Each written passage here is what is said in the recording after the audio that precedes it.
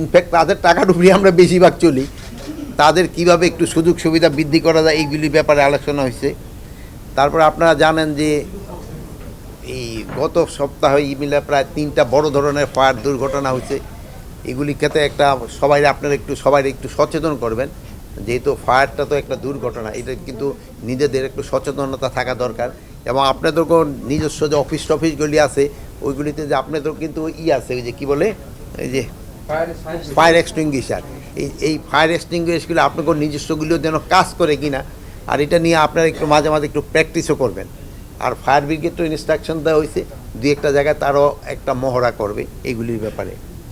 তারপরে আপনারা জানেন যে সোশ্যাল মিডিয়ায় অনেক সময় অনেক কিছু হয়, যেমন আপনাকে রিপোর্টগুলি থাকে যেমন সত্যি, আপনারা যে এইগুলি ঘটনা বলেন সত্যি ঘটনা বলেন, কিন্তু সোশ্যাল মিডিয়ায় অনেক ঘটনাই ঘটে যেগুলি সত্যি না।